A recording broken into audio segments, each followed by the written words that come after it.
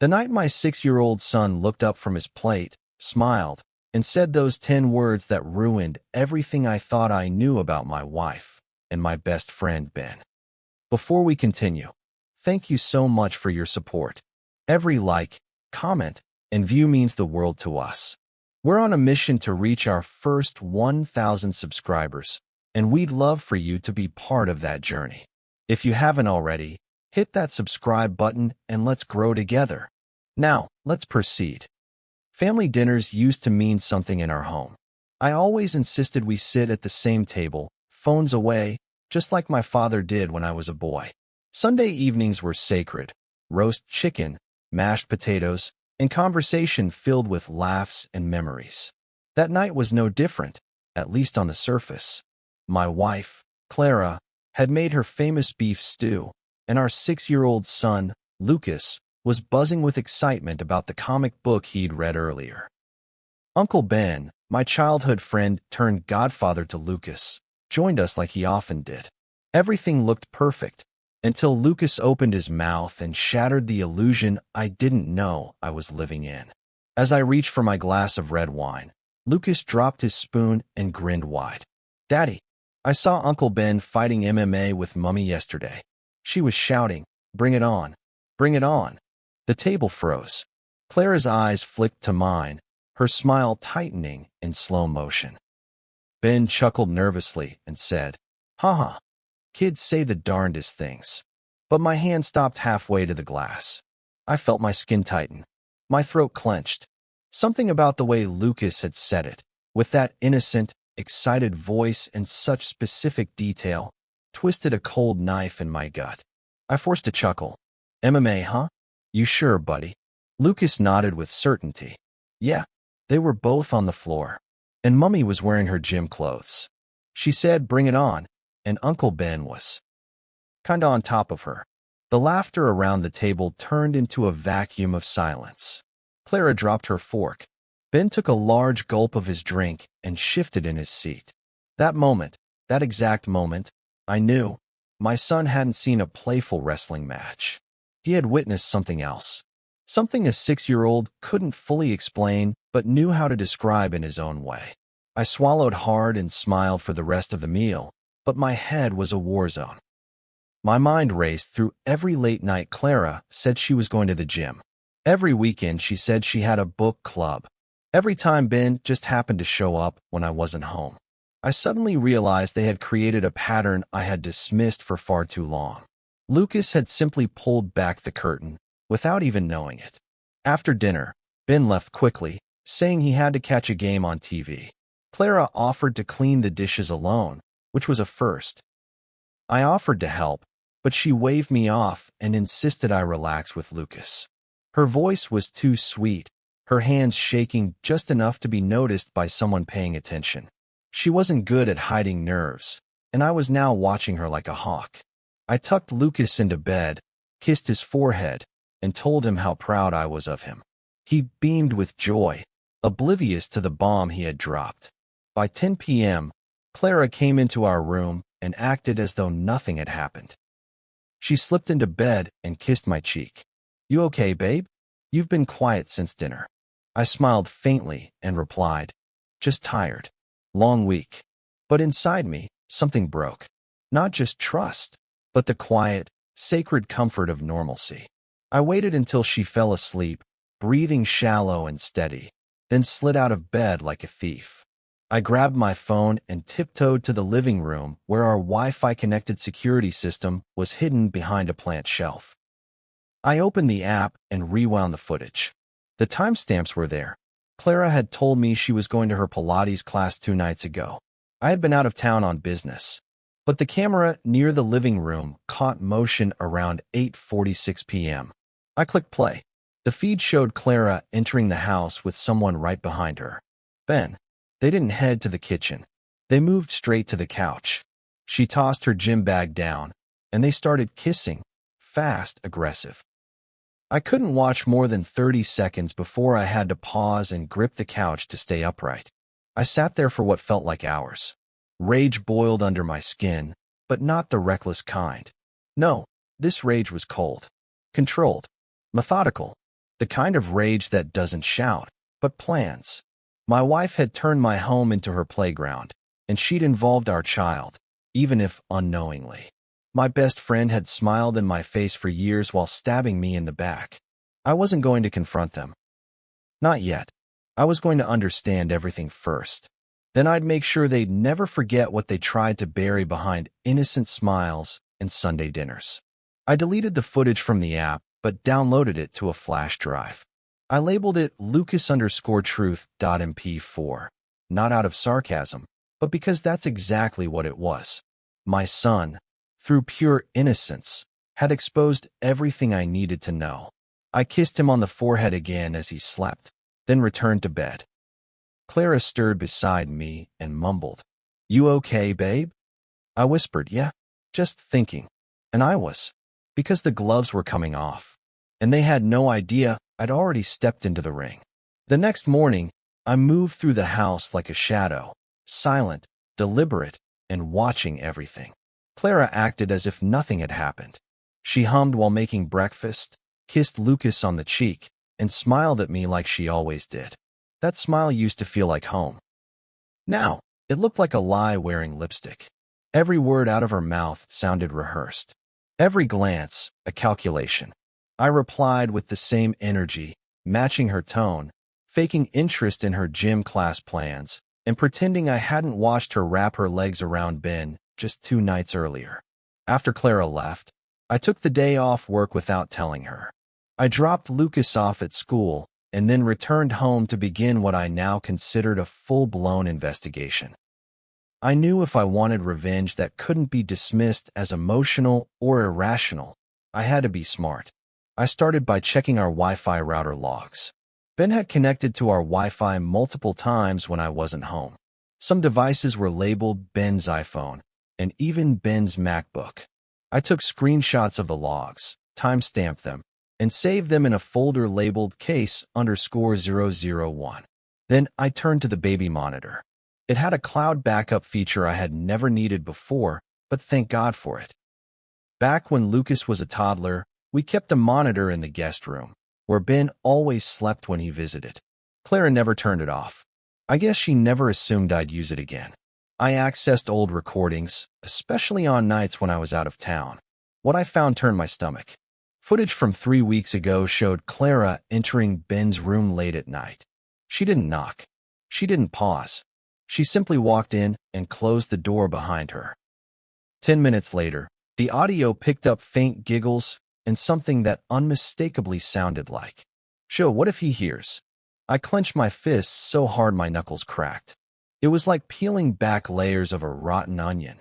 Every file, every clip, every record screamed betrayal. Next, I checked Clara's old phone, the one she had left in a drawer after upgrading. It still powered on. I plugged it in and started digging. Most apps were wiped, but her gallery still held traces of what she forgot to delete. I found selfies of her in her sports bra, taken in the guest bathroom, mirrored shots where she was clearly not alone. One had Ben's reflection caught mid-laugh in the background. I backed it all up on a separate USB drive, encrypting it with a password only I would know. Evidence.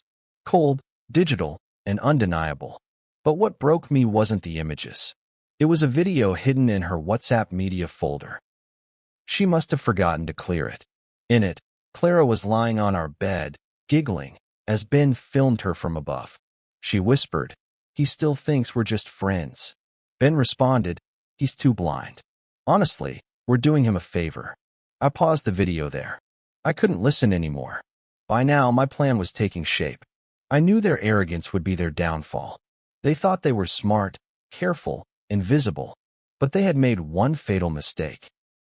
They underestimated what a betrayed man with a calm face and a broken heart could do. I wasn't going to scream. I wasn't going to throw things. I was going to build a moment so unforgettable that they'd feel it for the rest of their lives. That night, Clara returned home cheerful, acting like the perfect wife. She told me Ben might be stopping by over the weekend for another movie night with Lucas. I nodded and said, "That sounds great. I'll grab popcorn." She had no clue I already knew their next move. She kissed me goodnight. Her lips touched my cheek, but I felt nothing. It was like being kissed by a stranger at a funeral, someone trying to fake affection over a coffin that held the corpse of trust. The next morning, I visited Ben's workplace. He ran a small gym where he taught self-defense and conditioning. I signed up for a private session under a fake name, Chris O'Hara. When I showed up for my session, he didn't recognize me at first. I wore a hoodie, sunglasses, and a baseball cap. When I removed the disguise halfway through the warm-up, the blood drained from his face. "Mark?" he stuttered. "Just wanted to see how good you really are at MMA," I said calmly. "After all, my 6-year-old says you're quite the fighter." He froze. I could see the gears in his mind spinning wildly. I leaned in close and whispered, "Don't worry. I'm not here to fight. But I do have a match planned for you. One you'll never forget." I left him speechless, pale, and trembling. That night, I called in a favor. An old college friend of mine worked at the city's largest event venue. Coincidentally, Clara and I had been invited to a charity gala there next Friday. I asked my friend if I could have 15 minutes of the projector screen during the open speech slot. He agreed, no questions asked. I promised him it would be unforgettable. I spent the next few days compiling everything into a single file. Screenshots, videos, timestamps. I titled it MMA, Married Man's Affair. It was edited with dramatic music, Lucas' innocent voice overlaid at the start, and security footage to close it off. It wasn't just proof. It was a public reckoning. Friday came like thunder. Clara picked out her favorite red dress. She asked if I liked it. I smiled and said, "You'll be the star tonight." And she would be. Oh, she would be. We arrived arm in arm, the perfect couple. No one suspected a thing. Ben was already at the gala, smirking across the room. I nodded at my friend near the A/V booth. At exactly 8:47 p.m., the lights dimmed, and I walked to the podium. "Ladies and gentlemen," I said calmly, "before we begin the speeches, I'd like to share something personal. Something I think speaks to truth, loyalty, and what happens when we forget those values." The screen behind me lit up, and the first words echoed through the silent hall. I saw Uncle Ben fighting MMA with Mummy. You could have heard a pin drop. In a room filled with polished elites, champagne flutes, and glittering gowns, every face turned to the screen. My voice, soft but deliberate, narrated the beginning. This was what my son told me after a peaceful family dinner. Then came Lucas's innocent voice, clear and cheerful. Uncle Ben was fighting MMA with Mummy. She shouted, "Bring it on." Gasps echoed like a wave crashing through the hall. Whispers broke out, but no one moved. The screen faded to the living room footage, grainy, time-stamped, undeniable. Ben and Clara on the couch, hands tangled, breathless. The next clip was from the baby monitor. Ben's voice. "Shoo, what if he hears?" "Clara, he's in another city. He'll never know." The screen changed again. Selfies. Reflections. Audio of Clara laughing and calling me blind. I didn't have to say a word. Their betrayal spoke louder than I ever could. The video ended with my son's voice once more, layered over a slow piano note. "Daddy, why was Uncle Ben on top of Mummy?" Then silence. I stepped back from the podium as the lights rose. My eyes scanned the room. Clara was frozen mid-breath, her face drained of all color. Her wine glass slipped from her fingers and shattered at her feet. Ben stood across the hall near the back, red-faced, backing toward the exit like a man in a courtroom who just heard the guilty verdict. My voice broke the silence. For everyone who asked why I've been quiet lately, that's why. I didn't shout. I didn't cry. I stood calm, tall, and collected. Because that's what they never expected. Clara stumbled forward, her voice cracking. "Mark, please, this is not what it looks like." I turned to her, meeting her panicked eyes. "Clara, it's exactly what it looks like. My only regret is that it took our son to show me the truth."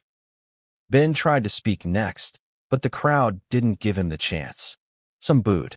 Some gasped. A few guests pulled out their phones, capturing this public downfall. I nodded toward security. "Escort him out." My friend who ran the venue didn't hesitate. 2 guards walked toward Ben, and he didn't resist. He knew. His career as a coach, done. His reputation, torched. Clara reached out to me, tears running down her face. Mark, please, don't do this. We can fix this. He meant nothing. I was lonely.